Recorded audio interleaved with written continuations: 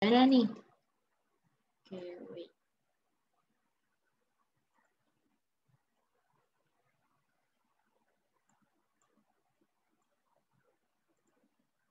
Sorry, sebentar.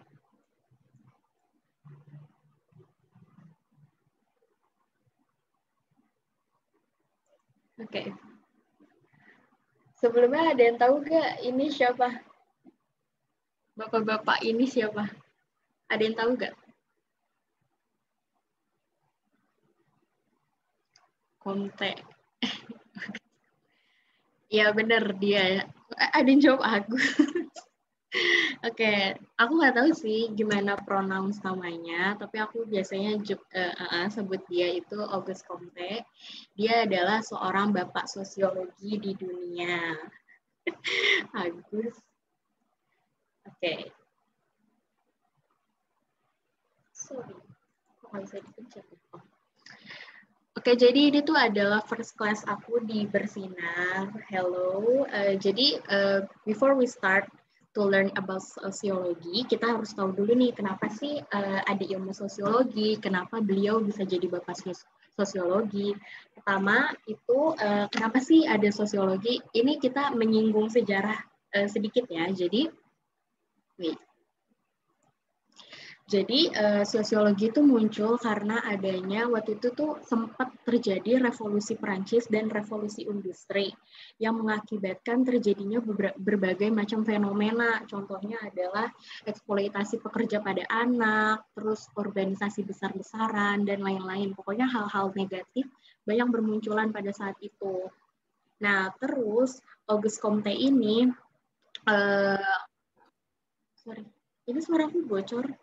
Oke, jadi si Auguste Comte ini merasa kayaknya perilaku eksploitasi pekerja pada anak dan hal-hal negatif lainnya yang timbul dari revolusi Perancis dan industri ini tuh harus dihapus deh.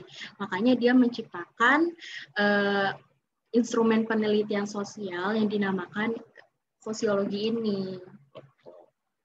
Nah, si Auguste Comte ini membagi masyarakat jadi dua, yaitu masyarakat yang optimis dan positif, dan masyarakat yang pesimis dan negatif. Dia tuh tujuannya menciptakan ilmu sosiologi supaya hubungan masyarakat pada saat itu tuh terjalin dengan baik. Gitu.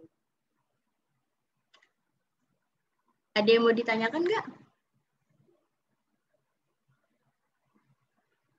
Oke, aku anggap paham ya. Kita lanjut ke soal yang pertama. Itu kan menjelaskan berikut ini yang merupakan faktor utama lahirnya ilmu sosiologi adalah tadi mostly udah jawabnya benar semua, yaitu B, perubahan-perubahan pada masyarakat Eropa. Sebenarnya perubahan-perubahan apa aja sih yang terjadi akibat adanya revolusi Prancis dan revolusi industri ini? Pertama, itu berkembangnya kapitalisme di Eropa Barat. Kapitalisme itu apa sih? Nih, wait.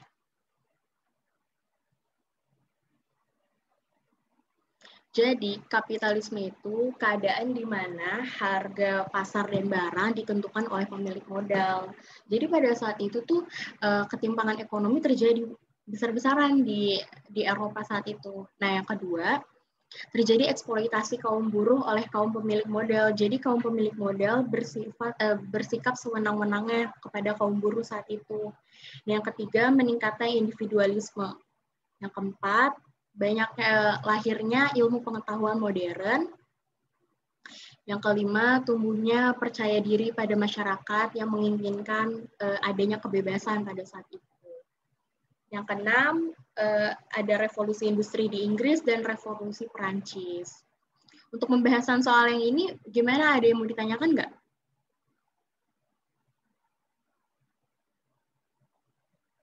Kalau udah jelas bisa dibilang di chat atau ada yang mau ditanyain? Jelas. Alhamdulillah. Oke. Ini masih sebenarnya tuh aku ngasih soal ini tuh soal yang aku kasih itu agak mudah-mudah gitu loh karena emang pengalaman aku UTBK tahun ini soal-soalnya lebih ke kayak soal UAS dan soal UTS gitu. Nggak yang terlalu nalar banget. Jadi nggak apa-apa guys. Oke, soal nomor 2. Salah satu OSIS di Kabupaten Bangli yang bekerja sama dengan PMI setempat berhasil menyelenggarakan donor darah dari para siswa-siswi dan masyarakat sekitar. Rencananya, darah yang berhasil dikumpulkan akan didonorkan ke rumah sakit dan puskesmas terdekat yang kekurangan persediaan darah. Tindakan OSIS dalam interaksi sosial tersebut dinamakan, tadi di sini udah banyak nih yang jawab benar. Jawabannya itu adalah empati. Kenapa empati? Jadi tuh sebenarnya kalau perbedaan antara empati dan simpati tuh banyak banget yang susah bedain gitu loh. Cara gampangnya adalah empati itu, empati adalah ketika kita merasakan apa yang orang lain merasakan dan kita berbuat sesuatu untuk orang tersebut, desire to act, keinginan untuk bertindak gitu. Nah, sedangkan simpati itu cuma rasa tertarik kepada orang lain dan membuatnya seolah-olah kita seolah-olah kita tuh jadi orang tersebut gitu loh, dalam keadaan tersebut. Nah, sugesti ini, aku kasih komen, beberapa komen. Nih, sugesti itu nih, pendapat, pandangan, dan sikap yang diberikan seseorang kepada orang lain dan diterima oleh pihak lain. Itu sugesti. Kayak kita mensuges orang untuk beli suatu barang gitu misalkan. Nah, terus imitasi. Imitasi itu kayak kita nge-copycat orang, meniru orang lain, baik dalam hal sikap maupun tingkah laku. Kayak perilaku copycat gitu. Nah, yang terakhir ada identifikasi, yaitu kecenderungan dalam diri seseorang untuk menjadi orang lain. Nah, pengalaman aku UTBK tahun ini, soal tentang empati, simpati, sugesti, itu ada di soal UTBK. Jadi, bagi kalian, jangan pernah ngelupain materi ini, meski dianggap ini tuh materinya gampang, tapi agak mirip-mirip nge-compare-nya masing-masing gitu. Oke. Di soal nomor 2 ada yang kesulitan tidak?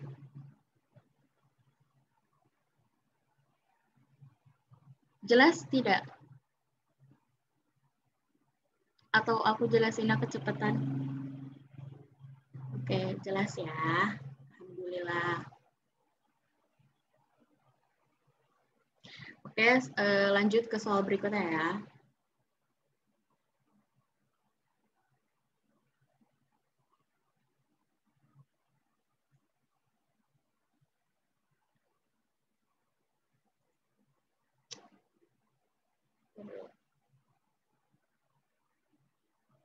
Oke, soal selanjutnya ini, dalam masyarakat majemuk, etnosentrisme kelompok yang sangat kuat kepada etiknya memberikan dampak timbulnya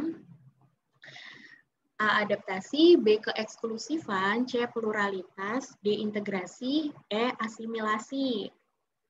Nah, pertama kita perlu tahu dulu nih, ini kan aku highlight tuh etnosentrisme. Etnosentrisme itu adalah paham yang mengedepankan kebanggaan pada suku yang dimilikinya. Etnosentrisme dari definisinya aja udah menjelaskan bahwa ini adalah perilaku yang negatif ya, teman-teman. Nah, coba sekarang kita eliminasi jawabannya. Jadi itu yang paling gampang dalam menjawab soal, kita harus eliminasi di jawabannya. Kira-kira ini masuk ke dalam konotasi yang buruk atau konotasi yang baik. Nah, etnosentrisme itu kan adalah perilaku yang negatif kan, jadi itu adalah perilaku buruk. Nah, sekarang kita coba eliminasi. Kalau kita jawab adaptasi, seseorang yang mampu atau mudah dalam beradaptasi itu berarti melakukan perilaku yang baik kan? Berarti di sini adaptasi bukan jawabannya. Nah, yang B, keeksklusifan. Keeksklusifan ini kan diambil dari kata eksklusif nih. Kalau kita udah belajar tentang PBM, kita harus tahu nih, eksklusif itu apa? Eksklusif adalah berperilaku khusus, mengkhususkan sesuatu, mengkotakkan sesuatu. Nah, berarti eksklusif ini adalah konotasi yang buruk atau yang tidak baik. Jadi, kita pisahkan dulu nih, kayaknya eksklusif masuk ke opsi jawaban yang benar deh. Nah, yang C, pluralitas. Pluralitas, nama lainnya itu kemajemukan.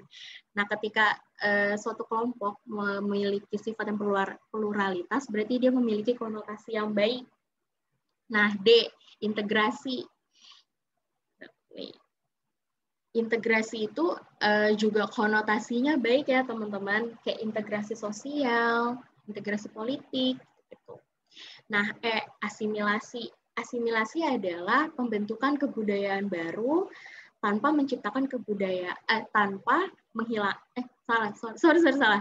Asimilasi itu penciptaan kebudayaan baru dengan menghilangkan kebudayaan yang lama.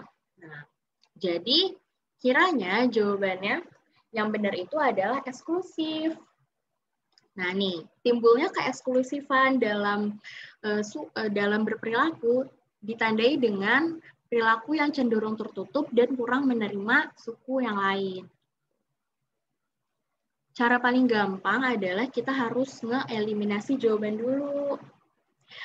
Oh ya, BTW etnosentrisme juga aku kebetulan pas UTBK tahun ini dapat. Jadi kalau menurut aku kalian harus sering-sering tuh belajar tentang arti dari xenocentrisme, etnosentrisme dan lain-lain gitu. Ada kalau kalian punya buku kuning nih, di sini lengkap.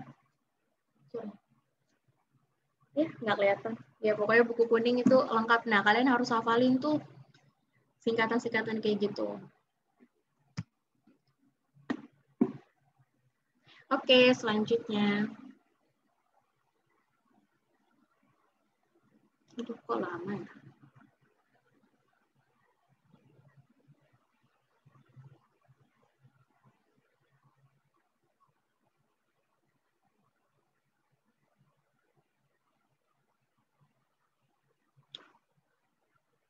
Oh, ada yang nanya nih, etnosentrisme iya benar, itu menyukai budaya luar, contohnya misalkan orang Indonesia nih suka K-pop gitu-gitu, ini termasuk perilaku etnosentrisme. Makasih yang udah jawab tadi. Nah, contoh pluralitas itu majemuk, berarti kayak misalkan kita di sekolah nih, kita kan terdiri dari berbagai suku, dari agama. Nah, dari situ aja kita udah mencontoh, dengan kita berteman baik sesama aja, kita udah mencontohkan perilaku yang menunjukkan pluralitas gitu. Oke, aku anggap clear ya. Oke, selanjutnya. Aduh, lama banget sih ini.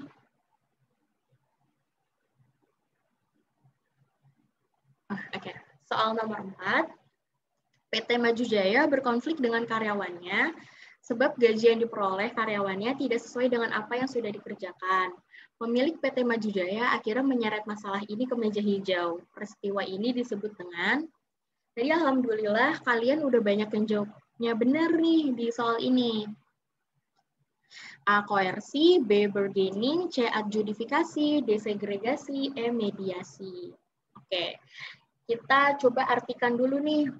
Oh ya, BTW, kayak pengertian tentang koersi, bargaining gitu-gitu harus benar-benar di luar kepala ya, karena di UTBK tahun ini ada soal yang kayak gitu.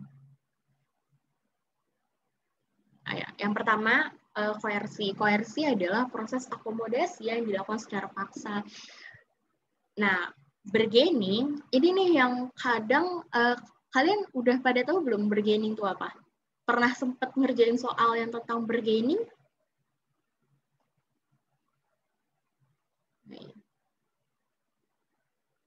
Iya, benar banget. Benar banget. Bargaining itu pelaksanaan perjanjian, definisi umumnya ya, itu perjanjian mengenai pertukaran barang atau jasa antar dua organisasi atau lebih. Contohnya itu ya proses tawar-menawar, kayak kita di pasar gitu loh.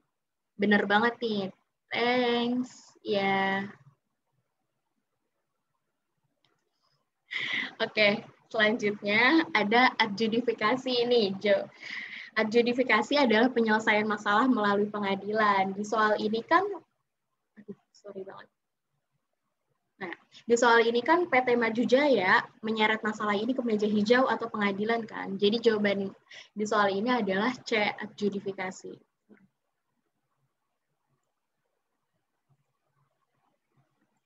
Nah, lantas apa sih segregasi itu? Segregasi itu adalah ketika tiap pihak yang berselisih menghindar dan berusaha untuk meredam ketegangan yang terjadi. Itu namanya segregasi. Nah, kalau mediasi, tadi juga ada yang banyak yang jawab mediasi nih. Iya, bargaining itu masuknya kebentuk interaksi sosial. Aku sengaja masukin ke sini supaya bikin bingung aja. Ya, ya mediasi nih yang paling susah kadang dimengerti karena mediasi itu intinya adalah penyelesaian masalah melalui pihak ketiga, tapi pihak ketiga ini bersifat netral atau tidak dapat memutuskan masalah. Jadi dia cuma penengah aja gitu, nggak bisa mutusin masalah yang terjadi. Sini ada yang masih bingung nggak? Tanya aja di chat ya.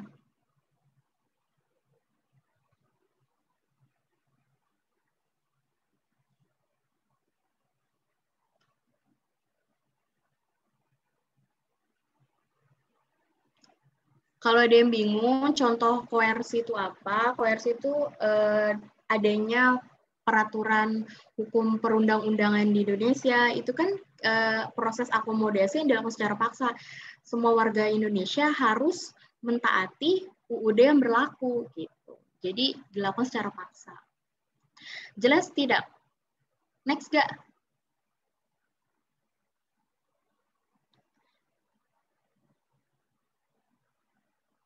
Oke, lanjut ya.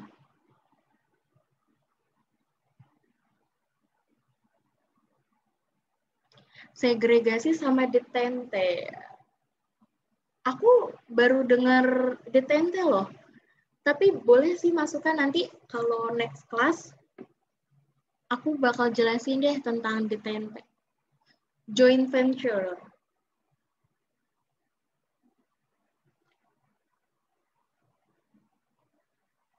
Kalau bargaining itu kan dua organisasi. Kalau joint venture itu setauku kerjasama juga ya benar, tapi antar perusahaan kalau nggak salah joint venture. Nah iya benar, kerjasama dua perusahaan atau lebih, dia lebih ke perusahaan gitu. Contohnya kayak misalkan Kimia Farma bekerja sama dengan perusahaan kimia lain gitu. Dia melakukan joint venture.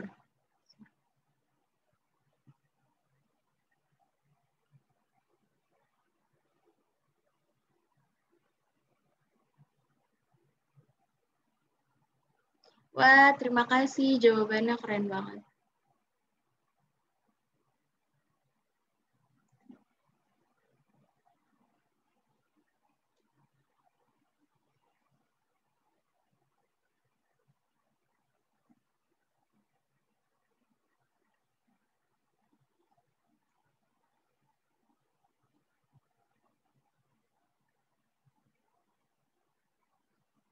Aduh, kok lama banget? Kok belum pencet sih?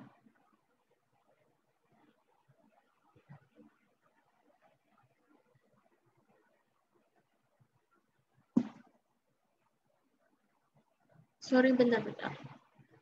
Oh, bisa.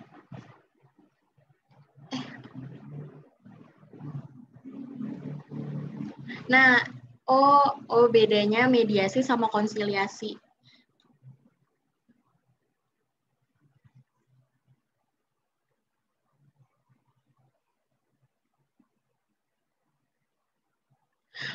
Iya sih benar, kalau konsiliasi itu disertai fasilitator, sedangkan mediasi cuma orang ketiga aja.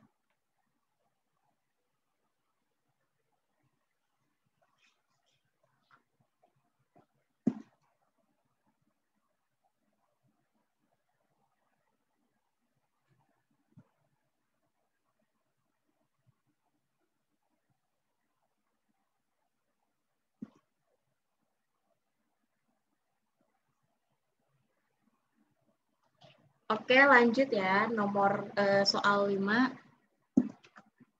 Andin adalah warga asli. Ini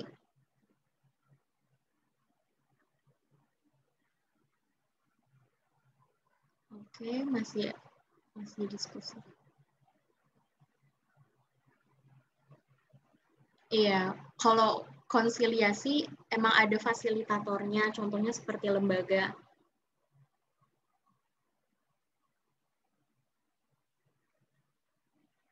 Sebenarnya bahasan tentang cara penyelesaian masalah itu meluas banget dan untuk soal UTBK pasti soalnya tuh benar-benar gimana ya, yang kayak kita nggak pernah duga-duga banget gitu loh.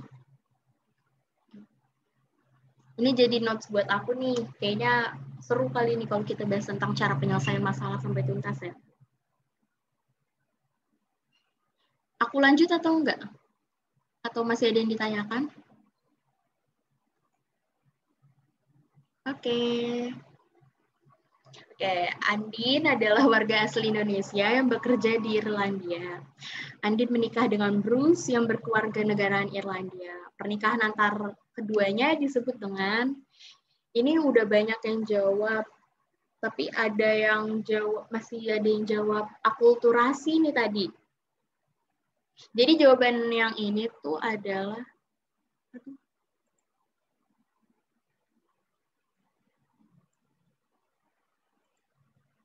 oke. Jawabannya itu adalah amalgamasi.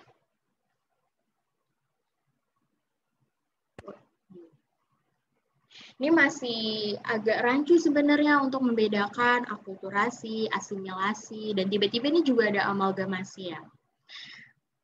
Akulturasi itu ingat aja kalau akulturasi adalah interaksi dua budaya yang menghasilkan budaya baru tanpa menghilangkan kebudayaan itu sendiri. Contohnya, musik keroncong itu kan didapat dari Portugis dan Indonesia kan, jadi dia pencampuran budaya, tapi nggak menghilangkan kebudayaan masing-masing. Nah, kalau amalgamasi itu perkawinan campur atau silang. Amalgamasi itu nama lainnya hibridisasi. Kalau belajar biologi pasti pernah dia belajar hibridisasi, perkawinan silang. Nah, yang C itu asimilasi. Asimilasi itu adalah bersatunya dua budaya yang kemudian menghasilkan budaya baru. Nah, yang D, akomodasi itu adalah usaha untuk meredam ketegangan.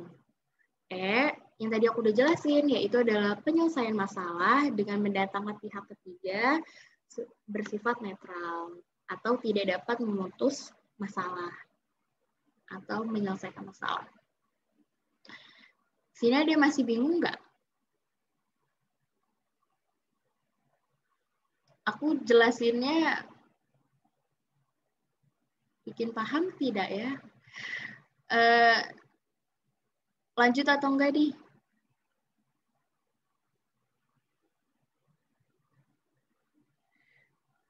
Oke, aku lanjut ya. Mumpung ngabuburit nih kan, enak banget nanti selesainya deket-deket maghrib. Ingat aja, gam itu artinya perkawinan ya, monogami. Ada monogami, ada poligami. Gam itu tuh setauku artinya perkawinan, jadi kalian gak usah bingung.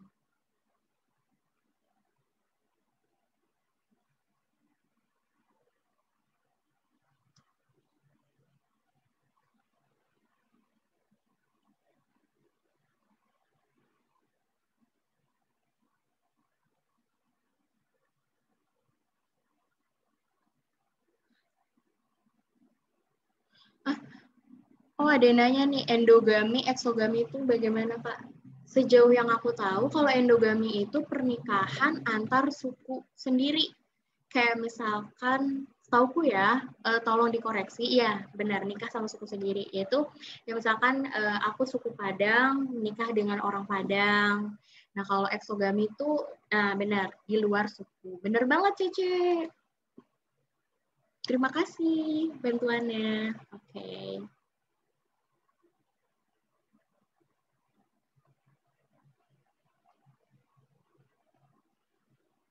Oke, selanjutnya. Indonesia memiliki kelompok-kelompok profesional yang tergabung dalam ikatan dokter, guru, pengacara, dosen, dan pengusaha. Kelompok tersebut dikategorikan ke dalam diferensiasi sosial yang dilatar belakangi oleh... Tadi masih ingat gak ini jawabannya apa?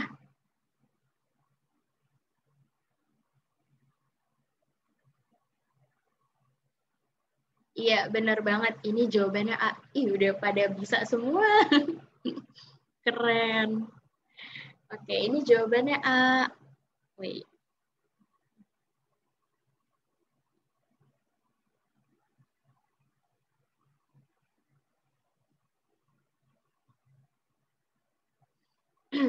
Jadi ini kan di soal ini mengkelompokkan pekerjaan ke dalam ikatan dokter, guru, pengacara, dosen, dan pengusaha. Nah, terus pertanyaannya adalah kelompok-kelompok tersebut dikategorikan ke dalam diferensiasi sosial yang dilatar belakangi oleh, ya jawabannya A, profesi itu sebenarnya merupakan struktur sosial horizontal. Nah, diferensiasi sosial itu apa sih? Diferensiasi sosial adalah perbedaan sosial yang dapat kita artikan sebagai perbedaan antar warga negara ke dalam kelompok-kelompok tertentu, kayak pengelompokan-pengelompokan, ikatan guru, ikatan dosen, dan lain-lainnya. Nah, di soal ini, ikatan dokter, guru, pengacara, dosen, dan pengusaha masuk ke dalam diferensiasi profesi. Kenapa? Karena ini berdasarkan pada jenis pekerjaan atau profesinya berkaitan dengan keterampilan khusus. Contohnya, misalkan guru ini kan memerlukan keterampilan khusus seperti pandai dalam berbicara, pintar, sudah pasti harus pintar ya kalau guru. Nah, terus kalau pengacara itu harus memiliki penalaran umum yang sangat baik dan tidak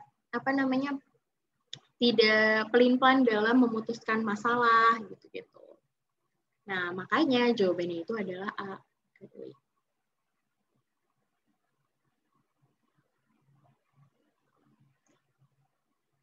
Iya, benar banget. Benar banget, Iqbal. Terima kasih. Stratifikasi itu sifatnya vertikal. Yang tadi, kayak aku belum masuk. Yang tadi segitiga itu masuknya ke stratifikasi tuh. Ada lapisan atas, ada lapisan bawah, itu masuknya ke stratifikasi. Sedangkan kalau diferensiasi sosial tuh kayak misalkan antar agama, suku, ras, itu kan nggak ada tuh yang namanya suku A lebih tinggi daripada suku B, itu kan nggak ada. All clear ya teman-teman di soal ini? Kita lanjut atau enggak?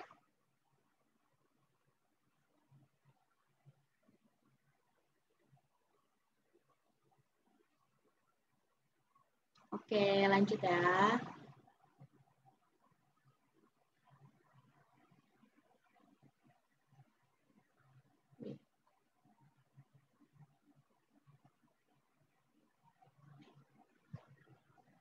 Oke, selanjutnya ini yang tadi kita singgung tadi tuh, lapisan sosial pada masyarakat seperti gambar di bawah didasarkan pada A. Pendidikan, B. Pengetahuan, C. Kekuasaan, D. Kehormatan, E. Keturunan. Masih ingat nggak jawabannya apa?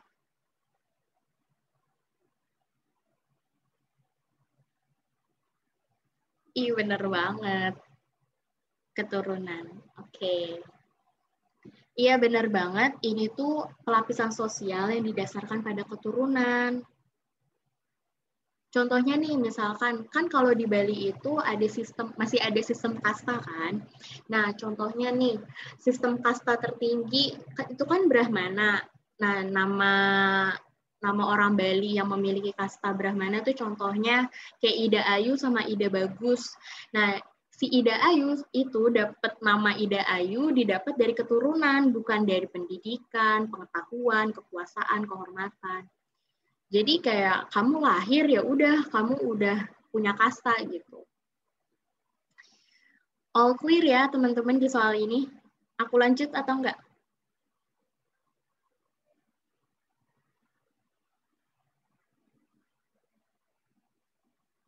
Dita Karang. Emang Dita Karang? Kenapa?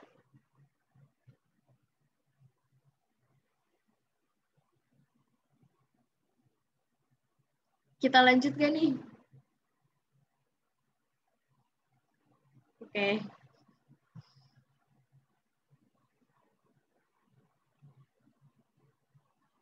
Nih, oh ya aku tadi lupa jelasin lagi kalau stratifikasi sosial itu terdiri dari beberapa dasar. Yang pertama itu kekayaan. Gampang lah ya ini, pokoknya semakin kaya seseorang, pasti dia itu menepati stratifikasi sosial yang tinggi atau berada di lapisan atas. Nah, kekuasaan. Kalian harus juga ingat nih, Ada kekayaan, kekuasaan, kehormatan, ilmu pengetahuan. Jangan lupa ketika kita memiliki level pengalaman tinggi, kita akan mendapat atau menempati lapisan atas pada stratifikasi sosial. Jangan lupa pokoknya. Capital, power, privilege, science. Ini penting banget nih. Oke, lanjut ya. Suara aku jelas kan?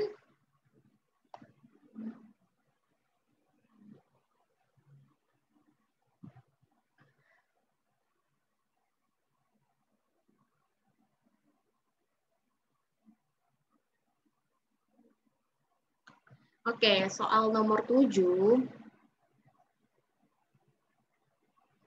Perbedaan jadi... Sorry.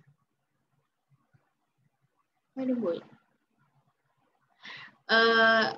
Soal nomor 7, perbedaan jenis suku bangsa maupun agama yang dianut masyarakat tidak berpengaruh terhadap tingkat kedudukan sosial individu. Gejala tersebut menunjukkan adanya keberagaman kelompok sosial yang bersifat A. Statis, B. Dinamis, C. Vertikal, D. Primordial, E. Horizontal.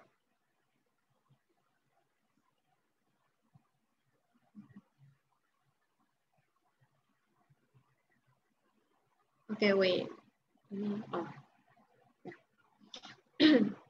Ini tuh jawabannya adalah horizontal. Kenapa horizontal?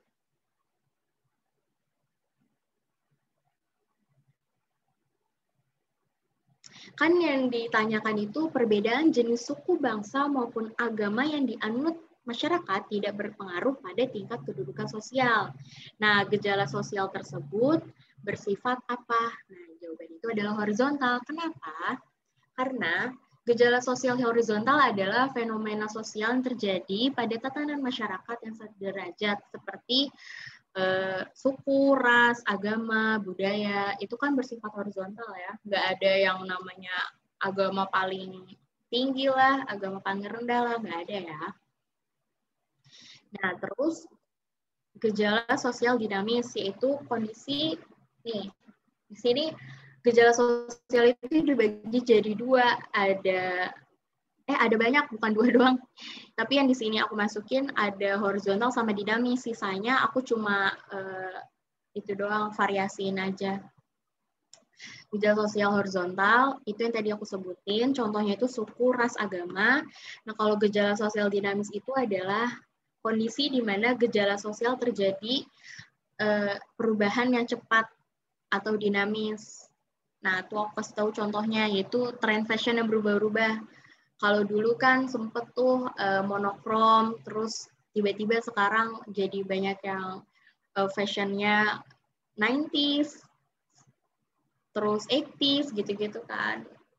Nah, kalau gejala sosial statis tuh bisa dikatakan tidak ada. Kenapa? Karena gejala sosial itu akan selalu mengalami perubahan. Jadi, nggak ada tuh yang namanya gejala sosial tetap statis gitu, nggak ada. Jadi, akan selalu mengalami perubahan. Paham tidak, teman-teman? Lanjut atau enggak nih?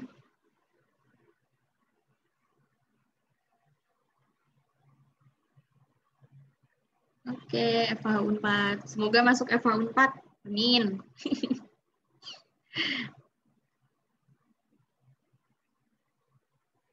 Oke.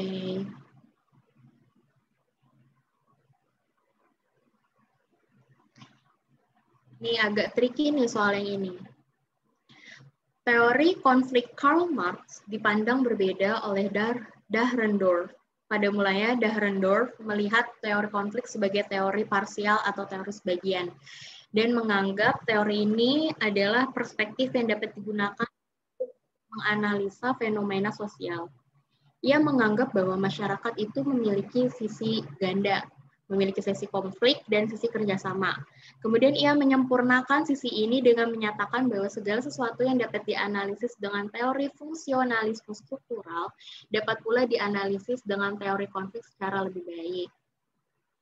Dalam konsep sosiologi, fenomena tersebut merupakan perkembangan teori sosiologi yang mengalami perbaikan dan pengayaan teori. Artinya bahwa sosiologi memiliki ciri, sebenarnya gampang sih karena aku udah highlight poin-poinnya, jadi kalian kalau udah paham betul sama materi ciri-ciri sosiologi pasti udah ngerti nih ini maksudnya apa gitu.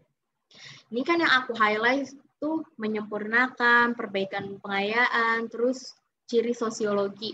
Nah, kita bedah nih ciri-ciri sosiologi itu ada apa aja sih? Ciri-ciri sosiologi itu yang pertama, empiris, yaitu sosiologi harus berdasarkan pengamatan yang dilakukan terhadap kenyataan sosial, jadi tidak bersifat spekulatif atau abstrak. Nah, yang kedua, teoretis, yaitu sosiologi harus selalu berusaha untuk menyusun kesimpulan dari hasil observasi untuk menghasilkan teori yang berdasarkan keilmuan. Terus, kumulatif, yaitu teori dalam sosiologi dibentuk atas dasar teori sebelumnya yang sudah diperbaiki, diperluas, serta diperdalam. Jadi di kumulatif ini terjadi pengeditan, perbaikan, perluasan. Nah, itu ada di ciri sosiologi kumulatif. Nah, yang terakhir non-etis, yaitu sosiologi itu tidak menyoal tentang baik buruknya suatu fakta, tetapi yang lebih penting adalah menjelaskan fakta tersebut secara analitis apa adanya. Jadi jelas nih di sini bahwa si Dahrendorf ini menyempurnakan, memperbaiki dan mengayakan teori sehingga muncullah teori sosiologi yang ia maksud. Itu jawabannya adalah kumulatif. Ciri sosiologinya. Di sini ada yang masih bingung nggak? Astaga.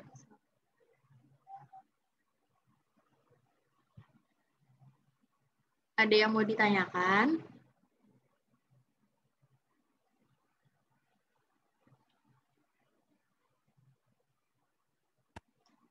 Oke.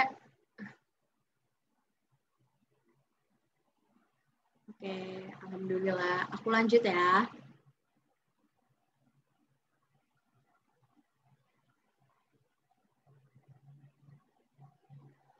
Nah nih, berikut ini yang termasuk ke dalam bentuk perubahan sosial regres adalah meningkatnya penggunaan internet memungkinkan untuk mendapat ilmu pengetahuan dari berbagai negara. B. Perkembangan teknologi memudahkan masyarakat untuk berhubungan dengan jarak jauh melalui gawai maupun internet. C. Meningkatnya pendatang tanpa adanya keahlian di kota besar menimbulkan pengangguran dan kriminalitas yang marak terjadi. D. Pembangunan infrastruktur di pedesaan mempermudah akses dan meningkatkan kesejahteraan masyarakat. Jawabannya itu adalah C. Iya benar, yuk bisa benar.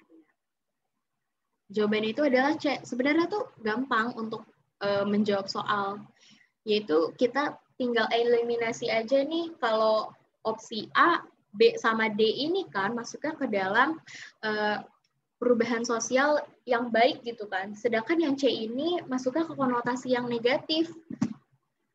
Kita bedah dulu nih, apa sih perubahan sosial regres tuh? Perubahan sosial regres itu singkatnya adalah perubahan sosial yang berupa suatu kemunduran. Nah, perubahan sosial regres ini membawa pengaruh yang kurang menguntungkan. Nah, dalam soal ini, dengan meningkatnya pendatang tanpa adanya keahlian di kota besar, dapat menimbulkan pengangguran dan kriminalitas yang marak terjadi. Maka jawaban dari soal ini adalah C, benar. Pengalaman aku pas lagi UTBK, aku tuh beberapa ada yang aku tembak gitu loh, karena aku eliminasi jawaban gitu. Jadi karena aku nggak sempat baca materinya, jadi aku eliminasi jawaban yang konotasinya buruk, konotasinya baik, aku sisihin nyesuaiin soal gitu. Next ya. Next gak?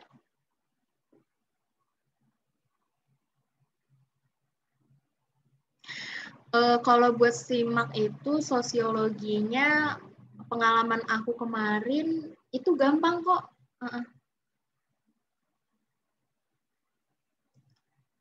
Sebenarnya SIMAK iya sih nggak bisa disamain sama UTBK karena kalau di compare ya sama pengalaman tahun ini, soal SIMAK tahun lalu sama UTBK sekarang masih susahan SIMAK tahun lalu.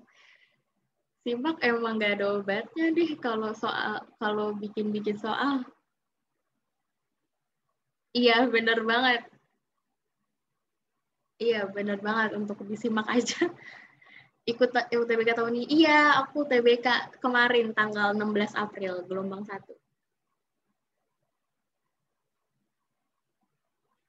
Qadarullah banget aku ikut UTBK lagi, guys. Oke, lanjut ya.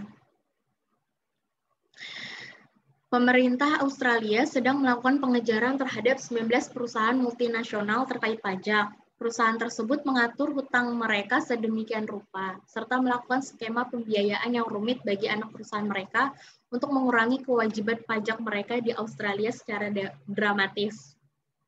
Nah, sekilas soalnya agak ribet itu ya.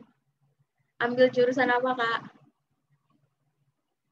Nanti kita cerita-cerita habis ini ya. Ini aku cerita-cerita. Nah, ini sekilas soalnya susah gitu kan.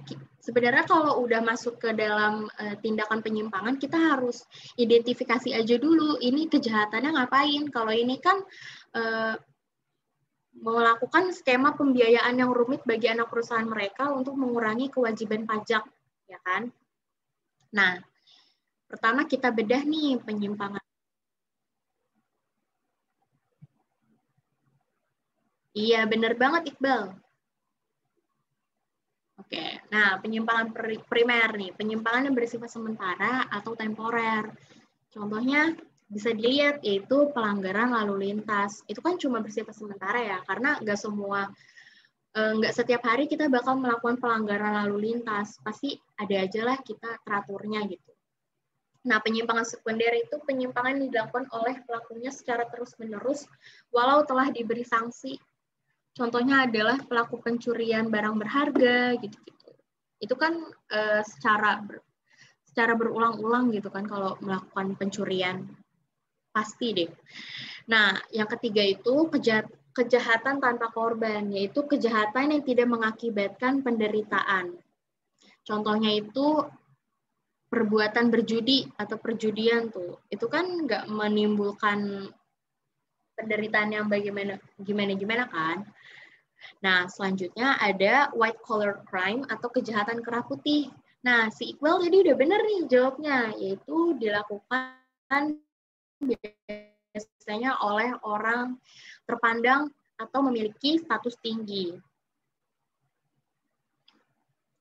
Nah, terus ada blue collar crime atau kejahatan kerah biru, yaitu adalah tipe kejahatan dilakukan oleh orang-orang yang memiliki status sosial yang rendah. Contohnya kayak kejahatan kecil, kayak mencuri pakaian, mencuri sandal di masjid, dan lain-lain. Oke, ini ada yang nanya, Kak, kalau misal pertanyaannya ada pejabat yang berjudi, terus pilihannya ada white collar sama kejahatan tanpa victim. Kalau menurutku sih ini jawabannya kejahatan tanpa victim, karena kalau diingat lagi nih, kalau white collar crime itu adalah kejahatan yang dilakukan oleh orang terpandang terkait pekerjaan. Contoh, misalkan anggota KPK melakukan penggelapan dana, itu kan masih relatable sama pekerjaannya kan? Nah, ini maksudnya kalau itu maksudnya ke white collar crime, tapi pertanyaan kamu ini, menurutku itu maksudnya ke dalam kejahatan tanpa korban, begitu. Ngerti nggak, Cece?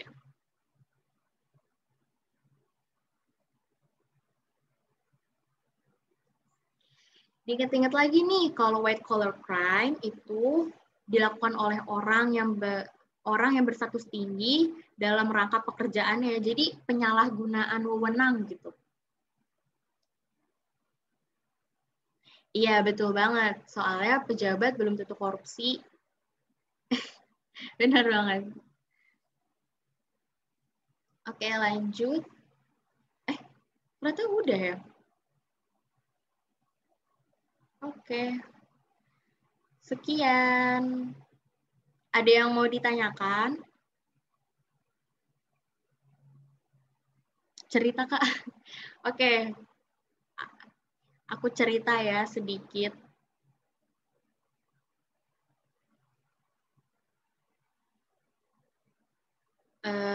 Aku tahun ini insya Allah ambil kriminologi UI sama psikologi UIN.